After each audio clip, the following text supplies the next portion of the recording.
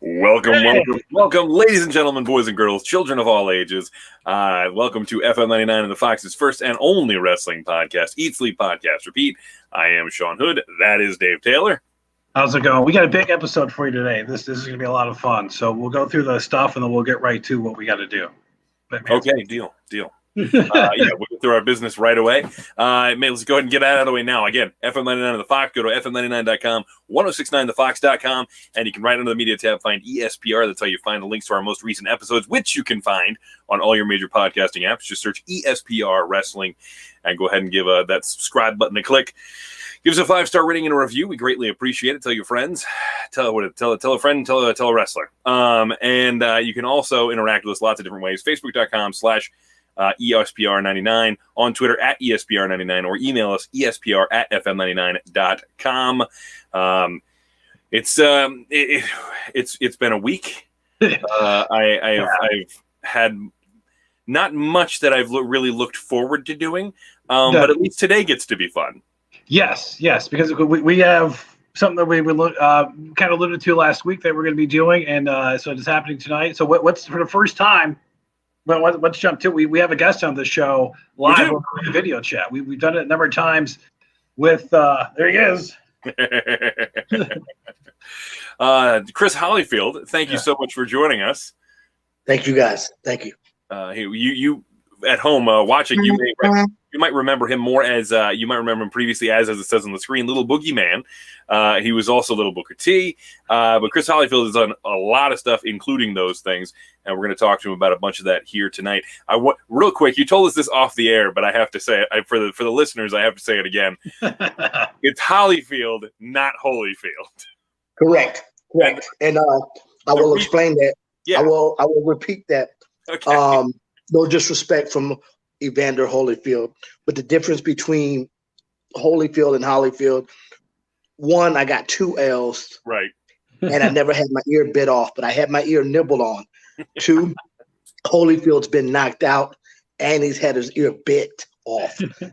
Nibbled and bitten is 2 different things. Very because true. I'm sure you two have had your ears nibbled on one time or another. No comment. It's a family show, so we don't tell those stories. But no, you're fine, man. You're fine. You're good. We goof around all the time. It's totally okay. Yeah. First air of Raw is what we're going. Yeah. So, Chris, why don't you tell us a little bit? Dave, unless you had something you wanted to ask right off the bat, you seemed like you had an idea of where you wanted to take this right away. I know. Well, Chris, I know you got a tour that is coming up. I know with current events going on, some things have been delayed. But what you got a program that you've been a part of for a long time? Yes, the anti-bullying program. Yes, I've been. Oh man, I've been speaking around the country for 20 years now. Wow. I started in 1920 in 2000. Hey, that's that coronavirus got me cuckoo. I don't know what day it is. Don't know what birthday. I don't know how old I am no more. I don't know anything. No, but I started 20 years ago, and after the fact of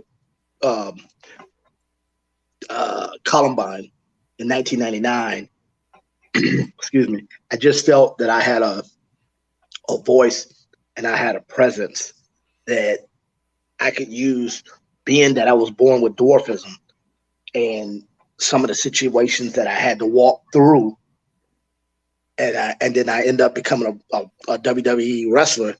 I was, and this is after the fact that I became a wrestler, but I was in the wrestling business when I first started, but I wasn't, nobody didn't know who I was. I was just an independent wrestler trying to make it, and but the anti-bullying thing really touched me. And when it touched me, I was like, wow, man, I can't believe this happened. And I said, I feel I can do something to make some changes, and that was just my thought, because I wear my heart on my sleeve, and, the rest is history. And here today, up until February of this year, I haven't spoken due to the coronavirus. But I've traveled Canada. I've traveled all over the U.S. and I'm having fun. At least I was having fun. I'm not having fun now, you know, but I was having a lot of fun because I was changing a lot of lives. And when you walk into a room and you see people glow, and you see kids say, "Oh wow," and the eyes get all big, and then I point at them, look at them, and I'll be like this. You know, and he's like, he's gonna call me. No, not really, but I just want you to acknowledge that I see you looking at me, and I'm looking at you, and you know, and when you know somebody's looking at you, and they give you that look, you can feel it through your body. Yeah, and I try to make people feel that kind of way. Understandably so. When you got started, did you have instances that you were bullied, or did you see it happen that kind of inspired you to become a speaker? I remember some, you know, I didn't like being called midget, you know, and obviously having dwarfism, that word was prominent when people saw you. Like, oh, you know, people walk up to you and say, "Hey, you're a midget, right?" Like, "No, I'm Chuck." You know, but people would literally come up to you and just bluntly just say that to you. And then there was a few times as a kid walking in the mall and out with my parents, and kids taunting me and stuff like that. And I mean, just straight out taunting me. And, you know, just a couple things that went on that happened in my life. And I said, and then when I saw things happen to other people, you know, and I was like, wow, man, you know, Chris, you got to say something. You got to say something, you know. And it was just one of those things that I felt that I needed to go out and reach as many people as possible. And that's what I did. And, you know, and I was doing this, like I said, way before I got my wrestler name, you know, Right. way before, because I wasn't even interested in wrestling when I was the little boogeyman. I wasn't even interested. I was 40 years old at the time. You know, wow. I wasn't trying to be like a lot of my heroes that wrestled. I wasn't trying to be like that. I wasn't trying to be 200 years old and still trying to jump off the top rope. Right. You know, just like, because there's a time that I guess it's time to go. Right. You know, and what happens when they don't leave, it takes away from the young bucks, from them to build their chance of gaining that stardom, because the old heads don't want to see you, that you're a nobody in their eyes, beat them on Monday Night Raw or Friday Night SmackDown. They don't want that. So I think it takes away to let the business recycle. Does that make sense? You know, it can recycle a lot faster because if you make the old heads stars forever, and it's like, wow, man, okay, you're as old as Jesus now. So like, when does this change? You know, we have to, because if we don't, then it's like you start to lose that flair about the whole wrestling organization, because you're like saying, at 65, you can still do these things. No, a 28-year-old guy on average go up to a 65-year-old, you know, he's gonna knock the brakes off of him. So like, why do you like keep reiterating that same old, hey guy, you're a Hall of Famer, put it to rest, be a commentator, go shoot commercials. I mean, there's a time. It sounds like some recent Raw episodes. Yeah. Yeah, it does. Yeah, it does. So I wanted to ask you. You bring up your wrestling background. Yes. How did the wrestling get started? Like, what made you decide? You know what? This is what I wanted. This is something I'm interested in. This is something I want to pursue. How did that get into your head? And did the fact that you were born with dwarfism, did that play any role in, like, did it make you doubt yourself going into it? Was it harder to find a place to learn? You know, I give you the story. I wrestled in high school. I was good. I wrestled 100-pound weight class. I was a beast. And I'm not bragging. It's the truth. It's not bragging if it's true. No, I wrestled in high school, and it was my it was in my junior year, going into my senior year. I was reading a wrestling magazine, and they featured a story. Not often they do this on the little guys. They were talking about Little Beaver, Haiti Kid,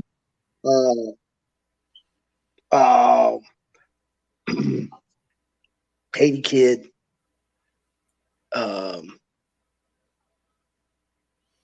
who else? Haiti Kid, Oh, you Cowboy Lane, yeah, Little Miss, Little Tokyo. Little Tokyo, all those guys, Lord Littlebrook. So I was reading, because that's who I trained with, Lord Littlebrook. So I was reading the magazine, and I was looking, and when I saw Haiti Kid, I knew there was hope, because he's an African American wrestler. I said, oh, and then and this is, I mean, I'm fresh out of, I'm a fresh at a junior going to be a senior. I've been on the weights and everything. I'm like, oh, I said, I'm doing this.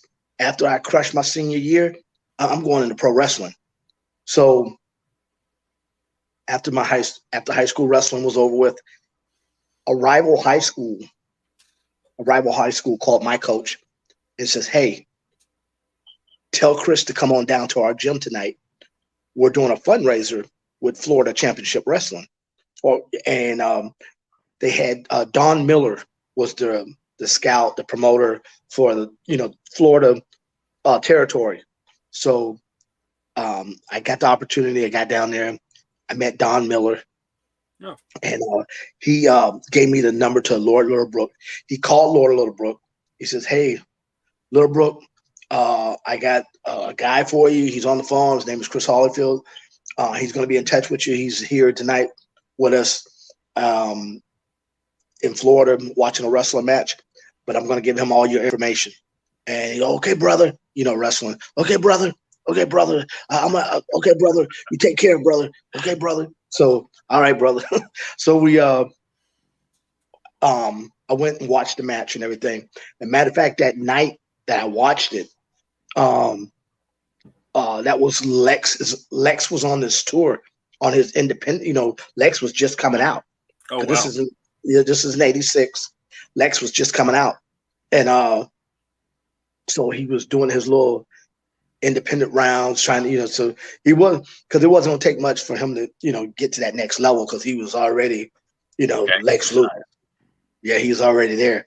So, from that point on,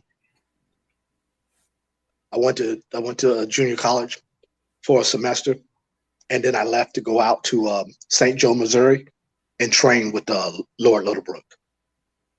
Okay. So when you started doing that, you said you wrestled around the independents, you were trying to make it and stuff like that.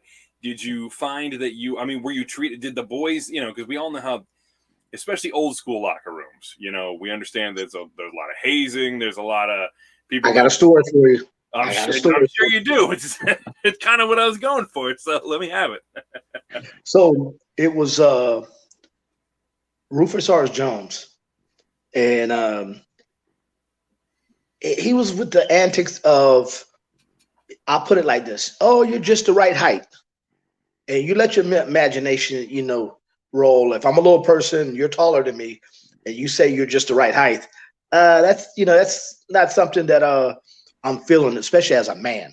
Right. I'm not feeling that. I'm not even laughing at that. Right. And I was like, and I asked one of the other wrestlers, other little guy wrestlers, Bad Boy Brown. I said, "Is this what it is? Is this how this works, man?" I said, because we're not talking about. There's no women in this locker room, and we're talking about antics that I'm not down with at all. I say, because normally those type of antics back home, they get your head bust wide open. You get hurt, playing with those type of scenarios. And that was like the only hazing that I would say that I went through. It's just the whole night he kept riding that, and I was like, God, man, I said, I don't like this dude. But other than that, throughout my wrestling career, I had one argument, and that's with was Crash Holly or what? Crash Holly. Yep. Yeah, had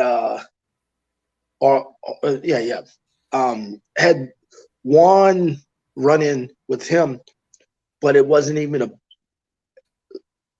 Big Boogeyman and I were kind of going over some stuff. This was at WrestleMania. He was kind of him and I had a little our differences of going over some stuff. You know, he's like, because he always had to paint my face, and I know he was agitated from that. I know he didn't like doing that. You know, he didn't like doing that because, and you know, he's like, well, you should learn how to paint your own face. Well, he has a craft for that. You know, because majority of the people that ever painted my face after him came nowhere near. I mean, he just had, you know, it was a 100% skill that he had versus anybody else that ever painted my face. Right. And so with that being said, that was the only two situations that I dealt with, you know, as far as like the hazing aspect of it.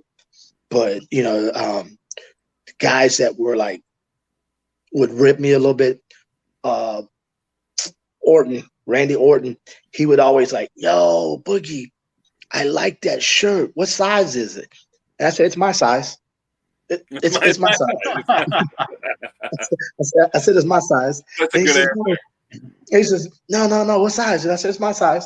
And he would take this shirt and he says, and you do the, you know, fat man in the little coat. He'd do that. I said, hey, Randy, that I paid a little bit for that shirt, man. Well, I said, your bicep is just going to rip my whole shirt. How about you take it off? Here, let's bring it in. Take the shirt off. You know, so Randy was always cool, and you know, like Batista, he was cool with me. He's like, hey, man, you know, he's like, hey, that's sharp. I like that shirt, man. It's sharp. I see you. You know, he was cool. Yeah. Ric Flair at WrestleMania 20. Was that WrestleMania 23? Yeah, it was in WrestleMania 23. Ric Flair called me to the bar, and he said, "Little Boogie, come on and have a drink, man." Whoa, you know, he did his little woo and everything, and that's one of the biggest one of my highlights, because you know how jet setting, alligator shoe wearing, Rolex diamond wearing to flying, stealing son of a gun, and to ask you to come over and have a drink with him. That, I mean, you're like, yeah. I was watching you, man. I was watching you. You know, I'm sitting up there to myself saying, man, I was watching this cat. And then, you know, Lord behold, he called me over at WrestleMania and says, hey, come on, get you a drink, man. What you drinking? And I said, I'm drinking Cavassier. And he says, Cavassier, woo, get him whatever he wants. You know. So it was good times. It was good times. When you got the call the first time, did you Booker T or Little Booker T? I think it was like 2001. Where were you wrestling at the time? And like, when you got the call, did you think it was a real call? Did you think you were being pranked, or what went down? When I got that call, and it was like, hey, because I was actually watching wrestling, you know, I was watching it. So I was like, oh wow, Little Booker T, man, that I play him. I said I'll take that gimmick. Take that gimmick. I said, because normally he comes out the locker room with some dress slacks on. He doesn't have a shirt on yet, or he might be halfway buttoned up, and you know, with some chains on, and he's, you know, Tony Schiavone, you know, or telling whoever at the time was commentating, you know, you tell him, hey, how you felt. So I said, yeah, okay, I'll take that gimmick. I said, man, I'll take that all day. So got the call, flew out to Sacramento, and we rehearsed, and we was going through we went over the storyline. And, you know, and obviously if you go back, I worked with The Rock in the ring. Yeah. And that was an honor. Excuse me. You know, the funny thing about that, there's two funny things about that. When they told me to go into Rock's room, because Rock had his own room, and we were going over the match. Pat Patterson was like, "Hey, we want to get the high spot." And I don't know if you guys how far back y'all go and watching wrestling, but the high spot for little people were like go underneath the legs, bite them on the bum, and do the little silly, round and round and round the thing go. And that's he ha ha. That was so funny. Oh man, that was the best. It was hilarious. It was nah. I never liked it. I never liked it because I wanted to be seen more serious, than he ha ha. Because if we would have been seen more serious, I think from the start, we would have had a better career and more longevity. We were brought in like for hee hee ha ha. So it was comic never, and it never really got to see the value of a little person wrestler. Like, hey, they can wrestle and they can also talk. I can talk with the best of them, but I never got that opportunity. So I had to you didn't say anything. You just never had no mic time to show your mouthpiece skills. So, it really, that's where I was up and down with wrestling. But with the Booker T, we were in the room, we were talking, and Pat Patterson asked about if I could do the Spinneroonie? No. He wanted to know if I could do the biting on the bum. And Dwayne, the Rock, was like pissed.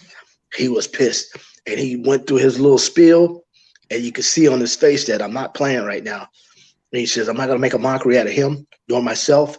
We're going to make sure it's going to be a good match. We're going to put this together. And if anybody has a problem with that, you tell them to come see Dwayne. And when he said that, my whole body on the inside, my essence on the inside was like this. But my essence on the outside was like this. Yeah.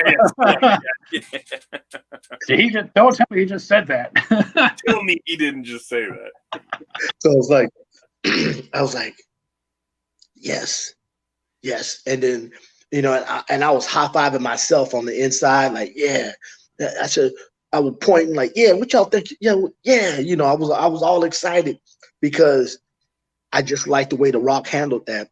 And that never happened in our match. And what I do regret is that I had my little wind up, because we're going way back. We're going to 2000, 2001. I had my little Kodak wind up in my pocket, and I was waiting for that moment to be able to bring it out, and be like, "Hey, Rock, what's going on, man? Can we get this?" It was just too much going on, and that camera. If we would have just had camera phones then, it would have been, because it would have just been like, hey, Rock, can I get a quick one real quick? And click, selfie. But the pulling that out, the going over there and posing and doing all of this stuff and making sure you're winding it up, make sure the flash is on, that's too much. And I didn't want to ask him that because I didn't want him to think that I was marking up. Right. And he was like, yo, I just saved you over here, dude. Be happy. Let's go sit down now. It's not a 2-for-1 here. It's not a 2-for-1. I took care of you. Go sit down. So I didn't get a chance to get a picture with The Rock. But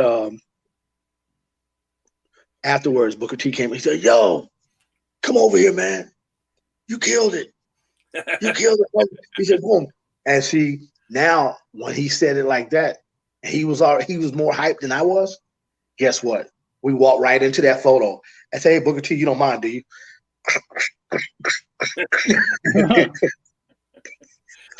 So what was as far as that whole thing? Like, I got to ask, what was your?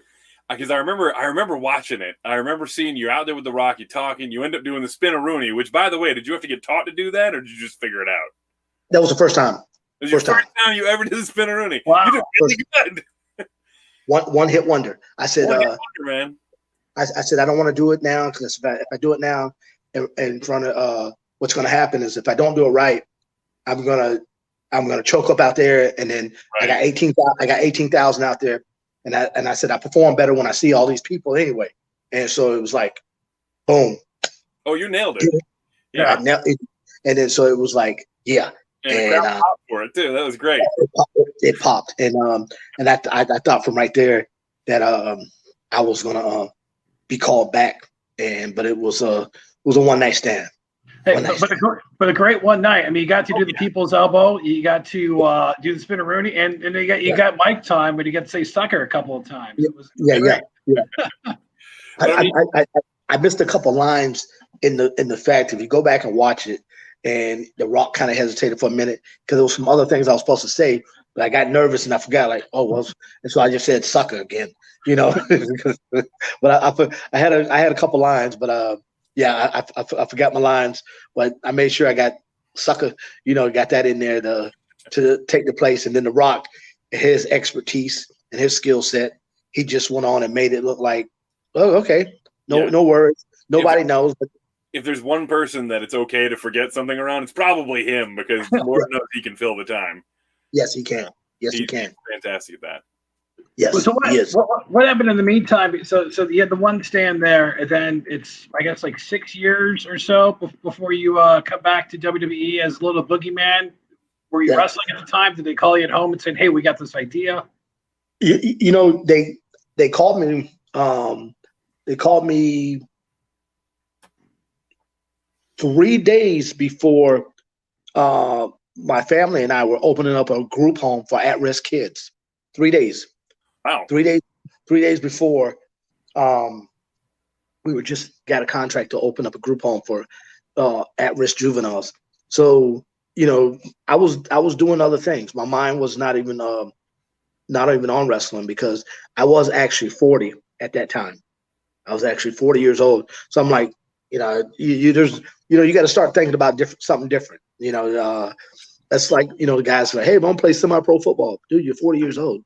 and they don't, it's not like, it's an NFL team calling you back and you got a chance to get another check. No, we're talking about semi-pro. You got a chance to get your neck broke and can't go to work, because workman's comp ain't gonna cover that.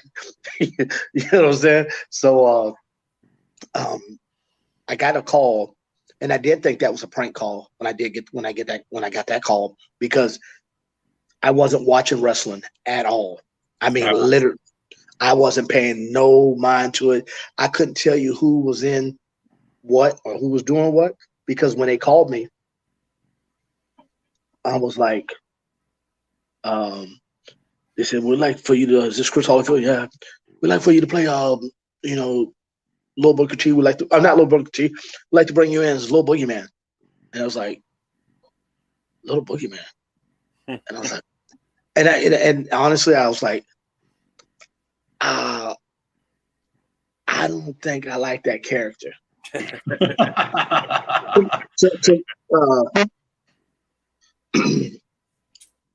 was like, I'm not feeling this. I'm just not feeling it. Not to them, but on the phone, to me, in my brain, I'm saying I'm not feeling this, because I said, you know what, my character's over with before it even starts. Because anything that says Boogeyman, or anything of that caliber, it's like you're already done. It's like you're going to be short lived. And I was like, oh man. So I went on and looked on the page, on the web page. As we're talking, I'm on the laptop looking, and I was like, I'm happy you called me, but I'm like this. But I'm saying, he says, well, it's just a one time. If they like you, you might stay around. And I'm like, sure, okay, yeah, because I was just thinking, like, oh man, if this guy was a character, because it wasn't like Kane or Undertaker where they're kind of monstrous. So The Walking Dead, whatever, Dead Man Walking, but their gimmicks is so strong that it was going to repeat.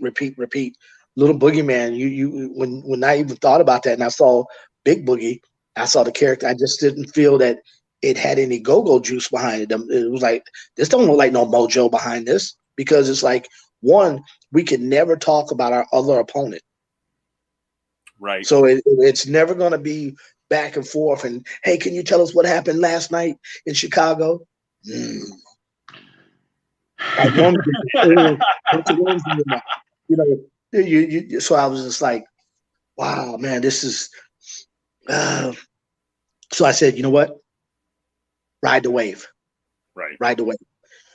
And I went in there and I did my thing, put the worms in the mouth, everything. We was in Seattle the first night I came out. It popped heavy. It popped heavy. It went over, and then it just reoccurred, you know, for that time being, and it just kept reoccurring. And then we was at No Way Out in the Staples Center, and I just rode the wave. But I knew I was always waiting on that call where they weren't going to call you no more, or that call to say, hey, you're done. You know, I was anticipated that the whole time, and that's not my mentality. But I know wrestling at that, you got to think about it. I went into it at 19, and if you didn't know anything about it by the time you were 40, when they called you, you had to understand that, like, hey, look at your gimmick. Look at your gimmick, because if we didn't have Hornswoggle and Fit Finley, if we didn't go back and forth all those times, because you got to think about it, it's like we were trying to recreate matches and stuff like that, and it was almost the same, you know, same thing almost. And then they had to do we had to do individual matches, me and Hornswoggle, you know, to keep, because what else are we gonna do? I know Boogie and I did a match with Steven Regal and Kane. Oh God! Wow. We did a match like that. We did then Mark Henry and Boogie did a match, and then I came out, and then Mark Henry, you know, squashed Boogie, and then he saw me. I was hanging on the apron. He kicked me. Boom! I fall down on the apron and powder out and everything, and then he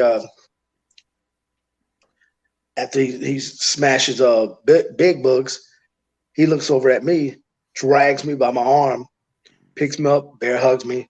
I'm and then picks me up, boom, slams me, and then he's getting ready to walk out of the ring, puts one foot out. He turns around, felt like saying enough. So he came back in the ring, went against the ropes, smashed me. So that was that. They took me out on a little gurney, like a little one, like a cookie sheet almost.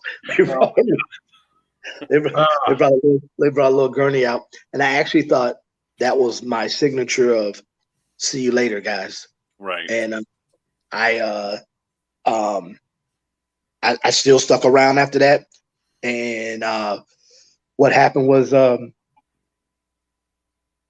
when they did the draft, and I didn't get drafted.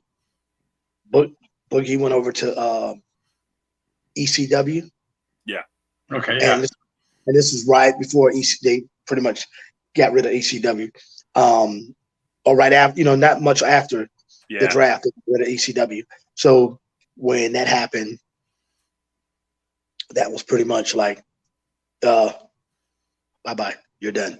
And I was done. You know, right. I didn't stay much longer after that. And I knew that was coming. Right. I knew that was coming. Especially when one of the guys came up to me, I can't remember who, and they said, "Oh, you're still here?"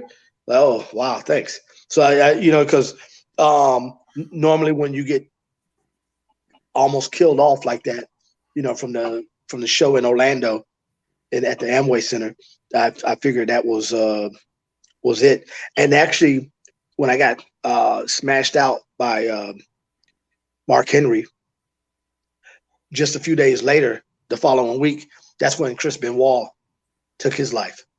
Yeah, because I actually spoke to Chris Benoit, and because he asked me, he said, "Hey, Boogs, how do you chastise kids?" Because you know he had his son that, you know, I didn't know much about his son, but I think he might have had he might have ran under the radar of a little bit of autism or something. You know, there was something that I don't know exactly his son's condition. I saw his son one time, but I didn't know, you know, the full details. But he asked me, he says, "What do you do?" I said, "Well, you know, with the kids I'm dealing with at the group home, you know, I just try to talk to them and, you know, and tell them, you know, what they got to deal with the consequences of either you want to straighten your act up or you want to stay the child that you are. But as you get older, the consequences get worse." And we had that little conversation, and Lord behold, God bless, that following week, he didn't show up, you know. So that's, you know, it's you know, in from me to you guys or just the whole wrestling world, it's one of those things that you either become an entertainer or you become a wrestler. And the best thing to do is, my opinion, and people could say whatever they want, however they want to feel about this, it's like, be that entertainer. Don't be that wrestler. Because if you really go into the history of wrestlers, what do we have? We have a lot of tragic situations. right. You know, versus the entertainer. Mm-hmm. Yeah. Oh man, that was godly Moses. That was heavy. You dropped on us all of a sudden about talking to Chris just shortly before. Yeah. I was, you know, you never, and this is the thing. This is why, you know, it's so cool to talk with somebody like you who's had all this experience in life. You never know who they've crossed paths with. Yeah. You know, which leads you down certain roads. You know, you did the anti-bullying thing. You wrote a book in 2018, I think. Yes. Big Message short story. Yes, Big Message short story. And what happened with that book, and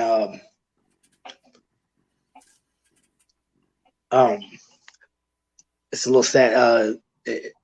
What happened? I wrote the book, and the day my first set of books came in, Mm-hmm. my mom had a aneurysm. Oh man. And she didn't make it. And that's the same day my books came in. So Wow. I just never pushed it really, because I was, you know, and still I go through it now because that was my queen. You know, that was my queen. So I didn't get to celebrate the book as you would. I mean, we're gonna repush it now because I'm getting, you know, a little normalcy now. Yeah. You know, but yeah. The same day my books came in, same day I was on tour, and I got a phone call that I had to turn around, and I was on tour in Houston, so I had to fly back. I took off that morning, and I had to fly back, and I got back to Florida about 1 a.m. and went to the emergency, you know, the ICU, and yeah, so you know. It was one of those things, man, that I didn't get to. She knew about it, but I didn't get to, you know, like share because, you know, of the circumstances of what took place. So, you know, it's wicked, you know, and it's you don't know, but you try to. I guess in hindsight, you really try to do right by people, you know, at the end of the day, you know. So they have minimum things to say about you, because some of the people that do say bad things about you, they just was haters anyway. So, you know, you just try to, you know, minimize the negativity that you throw at people. Should you say, you know, and I try to live as best way I can to that. I really do. Yeah. Well, I think that's a commendable way to live your life. And like you said, you didn't get to celebrate the book at the time, but you have the chance now and everything. I was looking up some reviews for it online. The reviews about the book were glowing. I saw people talking about what an inspirational story it is, and you know how everybody seems to have enjoyed the book that's read it. So I mean, despite the fact that it's a couple years later, that doesn't in any way diminish the quality of the message in the book. Right, and it wasn't like a big push when it came out, because you know everything that happened, you know. So and it's like, and being self-published, you know, you can push it however you want to push it, because if I didn't know you guys and you didn't get the history about me, you wouldn't have known about it. But for you guys, it's new because you didn't know. Exactly. Yeah. You know, so right. If you never had it, it's still new. You know. And for the record, if people are interested, it is available. You can find it online, like Amazon and all those places. It's available online. Go. I know nobody. And I have put that the link to the book in the comments as well below. So good. Okay. So anybody watching it on their multiple Facebook pages right now or Twitter, that link will be in there. We did get a listener question, or I should say viewer question, by the way, before the show. This was from Steve in Virginia Beach. But what was it like eating worms for the first time? Oh, great question. Great question. When I put the worms in my mouth, there was no rehearsal to that neither. I said, no, I'm not doing no rehearsal because I don't want to have second thoughts. So they were nice and cool on ice. They were sitting in my bag, in my little pouch, sitting on ice. So they were nice and cool. I said, oh, okay. You know, like I'm going to eat them. I said, ooh, okay. Like, yeah, this is delicate. Oh, yeah. Can't wait. But I went out there and I just put a handful of them in my mouth. And then I said, oh, that's good. And I said, don't worry about it. In my brain, don't worry about it. You're on national television. It's about to pop. Just do what you keep doing. Let your tongue do the work. Let your tongue do the work. So I had my tongue just pushing them over to the left, pushing them over to the right, and then and they were going wild too. They were all in your mouth. They were moving around like, hey, get me out of here, get me out of here. So I succeeded on not swallowing any that night. I did over the time of the period of time, not that particular night, but over the time I did bite into some of them, because sometimes we didn't get the good ones. And then you're asking, like, what are the good worms? The bigger they are, the better they are, because you can control them. When you get these little small ones, they get the sizzling around, and you. I think I've been into Hollywood. So I know people probably like saying, dude, what do you mean by the good ones? But the bigger the better, really. Those small worms were just, you didn't want them to get lost, you know, in between, you know, like you get meat stuck in your teeth in the back. So, I feel like he's just trying to do this to get me, is what he's trying to do. Yeah, I almost bought some gummy worms for the interview. I was going to take a handful, but I wasn't, you know. I'll do gummies. I'm not going to do the real thing. When I go to schools and kids always ask me that, hey, were those real or were those gummy worms? I said, no, those were real, man. I said, don't go home and try this, because that's the last thing I want your parents coming back saying, the guest speaker told us about, you know, trying these worms. I said, no, do not try them. I'm telling you. And I always used to tell them, I said, do not go home and throw your brother up against the wall, think he's going to come back, and then you clothesline him. Do not do these things. This stuff is real. It's choreographed, but you could really get hurt. And I always used to put that in there before I left my speech, so I ain't want nobody coming back talking about, my son said it was okay for him to jump off the bunk bed and, you know, clothesline his brother. I didn't say that. I mean, you never say it, but let's be honest, brother's doing it anyway. I know it's because I had two brothers. That's how I used to practice on my younger brother. He's 11 years younger than me. I used to jump off the bunk bed and practice on him. You know, my poor middle brother is 7 years younger than me, and I'm 6'5" and he's 5'8". Okay. So it was rough for him growing up. I'm just gonna say. Yeah. Okay. he had a lot of choke slams growing up, but it's fun regardless. But again, don't try it at home, kids, and say no to worms. Say no to worms. Yes, please do. Chris, I can't thank you enough for joining us on the show this week. We appreciate it. No, I appreciate you guys, man. Absolutely. Appreciate you guys. Do you have anything you want to plug real quick? Any particular website you want to direct people to, or anything like that you want to make sure people can find? Oh, hey, Chris Hollyfield on Instagram, Chris Hollyfield on Facebook. You'll start seeing a lot. Oh, the Got Respect Tour on Facebook. Okay. Yeah, go to Chris Hollyfield on Facebook. Got Respect Tour on Facebook. and go to Chris Hollyfield on Instagram and, stay in touch. God bless. Stay safe from the COVID. And other than that, man, I appreciate you guys for allowing me to take up some of your time and have this conversation, because I immensely appreciate it. And y'all keep doing what you do. And until next time, same bad channel. I'm the little boogeyman. And I'm coming to get you. Thank you so much, Chris. So much, Chris. Thank you. Thanks for Great day. God See ya. bless. Thanks. Oh man, That was awesome. that was a lot of fun. That was a lot of fun. Oh man, little boogeyman, Chris Hollyfield. What a nice guy. Couldn't be nicer. Yeah. You remember, like, he's at Chris Hollyfield on Facebook, on Instagram. The Got Respect. Is it Got Respect? Is that what he said? Yes. Got Respect Tour on Facebook. Make sure you stay in touch with that. Just what a nice guy, and he's got so many stories that you wouldn't, think of just off. Yeah, yeah. But he had a story about Ric Flair. He had a story about Randy Orton. I mean, the first segment you do in wrestling, and you're doing a segment with The Rock. The Rock, yeah. I mean, it doesn't get bigger than that. I mean, at that era, I feel like there's really only two people who have debuted in the WWF and immediately gone to The Rock, and that's Chris Hollyfield and Chris Jericho. Yeah. It's worked out pretty good. But what a nice guy. Super, super awesome to talk to. Just it's one of these fun things that, like, just kind of we happen to get lucky and get to talk to him. Yeah. So yeah. I think he has a really positive message too, the anti-bullying campaign.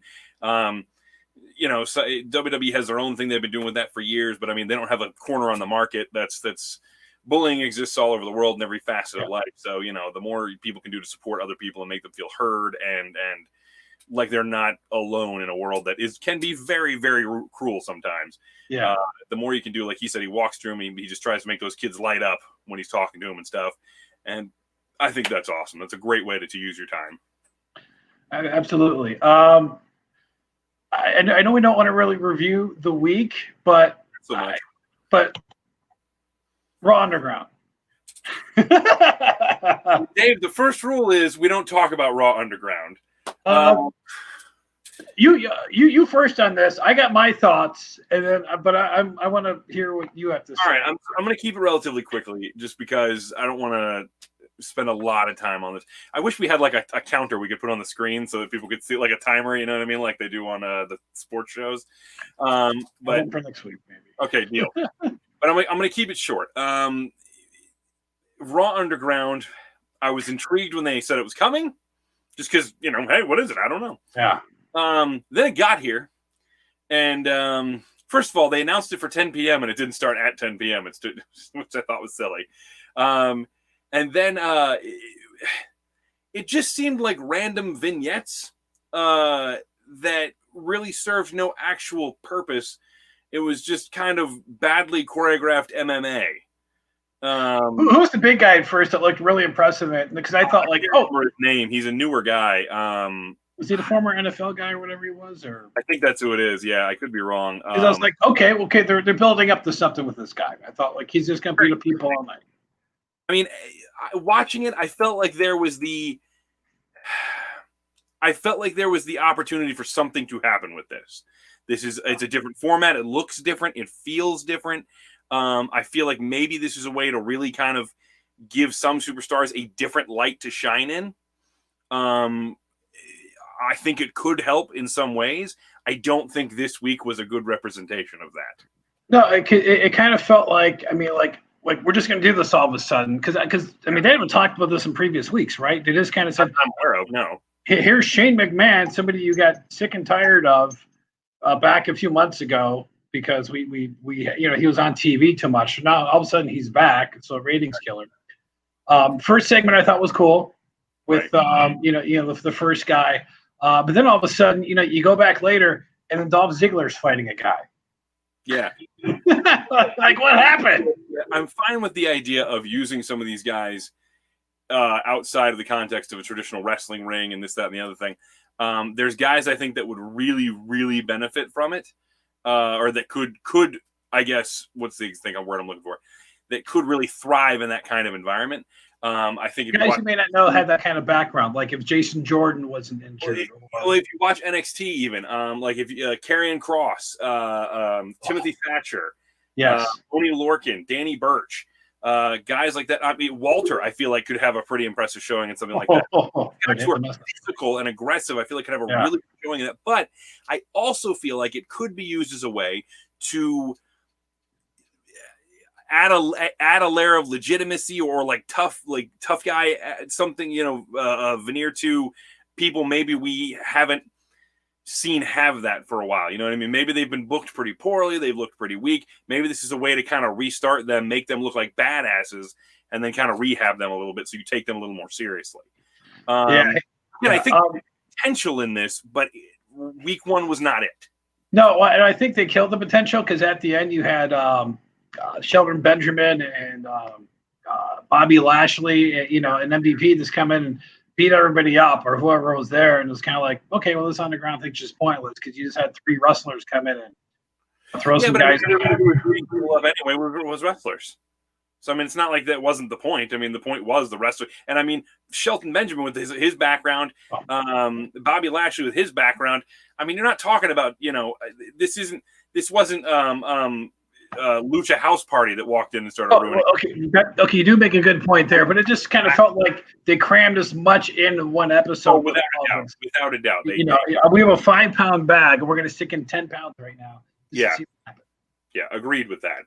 Hey, by the way, there's reports. Ringsidenews.com is reporting that this idea may have been a stolen idea. Surprise. Oh, from Chikara.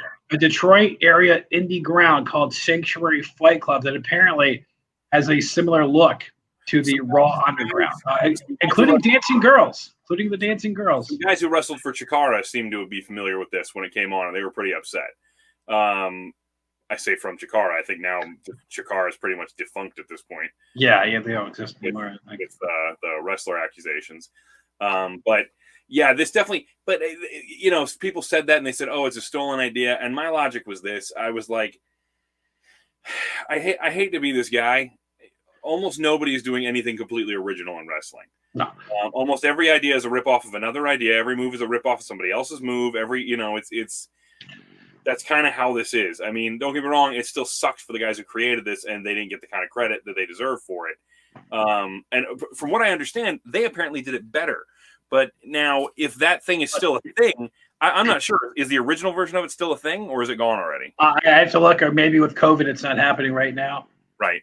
Maybe it existed. But the setup was similar. I didn't dive completely into the story, but it's just I mean, if they're still existing, maybe this is a time to try and capitalize on that. Yeah. If they're not in existence anymore, then I kind of hate to be this guy, but if they're not in existence anymore, and it's not due to COVID, because COVID's not, that screwed a lot of people as far as jobs and whatnot. But if it just kind of went by the wayside beforehand, well, then maybe it wasn't the idea you thought it was, or it wasn't, as a huge thing as you wanted it to be. I don't know. I didn't see it. I can't really pass judgment on the original. I can say that Raw Underground, if Raw Underground ripped off somebody else and that's what they came up with, then that's a really poor representation, because I can't imagine that the original was that. So I would like to find the original and watch it. In fact, if anybody has the links to any of those or anything like that, by all means, send them to us. I'd like to check it out so I can make a direct comparison between that and this. Yeah. Something tells me it's just going to make me dislike Raw Underground. Yeah, maybe you don't watch yet. Maybe just. No, I want to see. I also want to take a look at what WWE does the same or similar, and I want to see what they do differently at the same time. Yeah, it's almost like who does it best. It's like, well, somebody else did this. AEW brought in Eric Bischoff, and they did this or whatever. It's like better than TNA Forever had the 6-sided ring. You know how many indie promotions started using 6-sided rings after that? I mean, it is what it is. I mean, people take ideas. It's what they do. WWE, unfortunately, has the platform to say, if you don't own that idea, then they can take it and put it on their TV, and more people are going to know about it through them. That's unfortunate. Yeah, well, it had a different name. Obviously, they were going to call it the Detroit Fight Club or whatever it was. Yeah. It's just, do we need more Shane O'Mac? I mean, can't they have somebody else host this? It just seems like it's a desperate ploy. It's after 10 o'clock. Because when ratings are in trouble, we always call the McMahons. That's what we always do. At this point, I think you're limited in your options. You say call somebody else. Who are we going to call? You can't get a lot of people cleared to travel right now to do things. Yeah. There's all these tests you have to do. I mean, no, you really honestly may not be able to get somebody else to do it right now. It's true. So I don't know what that is. I mean, Shane McMahon, I don't care. He's been off TV for about a year. Doesn't really faze me much. It really doesn't feel like that long, but apparently it's been about that long. Has it really been a year? No, it was beginning of SmackDown. So holy crap, that was almost a year. September or it was October when they were on Fox for the first time. Yeah. Wow. Yep. 10 months. One other news thing that doesn't really do with wrestling directly, but The Rock and XFL. Yeah, we'll see if that happens. Apparently, it's been approved. So has it? Because there's a lawsuit against it now. Oh, there's now? Okay, because I saw a story. It was approved, so now it's not. Because they got a female owner too, which I think is great. Well, the female owner is The Rock's ex-wife. Oh, yeah, it's The Rock, The Rock's ex-wife, and I think her name's Danny. And is it Redbird Capital or something like that? That's the other company or something like that. Yes, yeah. And from what I understand, the debtors of the XFL are filing or suing or something to try to prevent this sale because they said that $15 million is way too low and they're not going to get the money they're owed from the debt based on that sale. It's interesting because I know the courts earlier, the bankruptcy court ruled that the purchase was approved. So, but maybe that throws it out. I don't know. I'm not sure. Yeah, I mean that is the bankruptcy court. So I don't know. I don't know the legalese if somebody knows. For me personally, I think if you're smart, you let The Rock do it because maybe then you stand a chance of getting the money at some point. Maybe you can work out some kind of deal. Yeah. But you're going to get more probably him doing it than it not happening. I will say this: I like the idea of The Rock running it. He's played football. He's a fresh mind doing this sort of thing. I think the ballers coming back. Yeah, well, I mean, but our own Rod Fitzwell had a really good idea on FM99 on the sports report yesterday, day before. He talked about this sale, and he said that it's a great idea, but one thing needs to change. One guy can't own it. He said the Rock needs to bring in owners for the teams. Each team needs to be owned by somebody else. Like the NFL does, but that's really the only way this is going to work because one person just can't foot the bill for this, can't be responsible for this. And he talked about, we're listing off people The Rock knows that could own teams. I mean, The Rock himself, you've got Kevin Hart could end up owning a team. Vin Diesel could end up owning a team. There's that'd be a rivalry. Yeah, there's tons of celebrities that The Rock is friends with, big, powerful celebrities that could end up owning a team or something like that, or at least partly owning a team, and kind of divide this up, So I think that would be a smart way to go about it. But I'm interested, at the very least, the XFL is the Impact Wrestling of football. It just refuses to die. You need a 6-sided field. Yeah. All right, so we got about 90 seconds before we got to wrap it up here. Got to wrap it up here. So other than that, I'll just say this. If you haven't already watched the Jon Moxley, Darby Allin match from AEW, the world title match, very, very good. Go check it out. But the Adam Cole thing, we now know it's an angle. It was a setup 2 weeks ago. Well, it might be, but it is for sure now. Yeah. I don't care about Pat McAfee, but I'll tell you this. I like Adam Cole, and I'm waiting. I am interested in seeing him super kick the face off of Pat McAfee. So Yeah. By the way, this is not Adam. People are like, oh, I can't believe Pat beat up Adam. You have to set it up to get to the payoff because there's no point of Adam just beating him up. With one punt, Adam Cole became the biggest babyface on NXT. Yeah. So, in any event, all right, we got to wrap it up. We got to get out of here. This has been Podcast Repeat. Make sure you join us next week. Do you have anything? It's the SummerSlam preview show. Oh, the preview show. All right, so there you go. Make sure you follow us, Facebook.com/ESPR99, on the Twitter @ESPR99. You can email us, ESPR@FM99.com. Questions, comments, concerns, we want to know. You can also stay in touch with us lots of different ways. Dave ran away. And make sure you follow us on your podcasting apps. Just search ESPR Wrestling, click that subscribe button, give us a 5-star rating and review. And until next week, remember to eat, sleep, podcast, and repeat. I put my flag somewhere, so I'm waiting for my cat. You didn't have the flag this time, so we get the cat. Okay. Yeah, I got the cat. All right. Good night, everybody. Thanks for watching.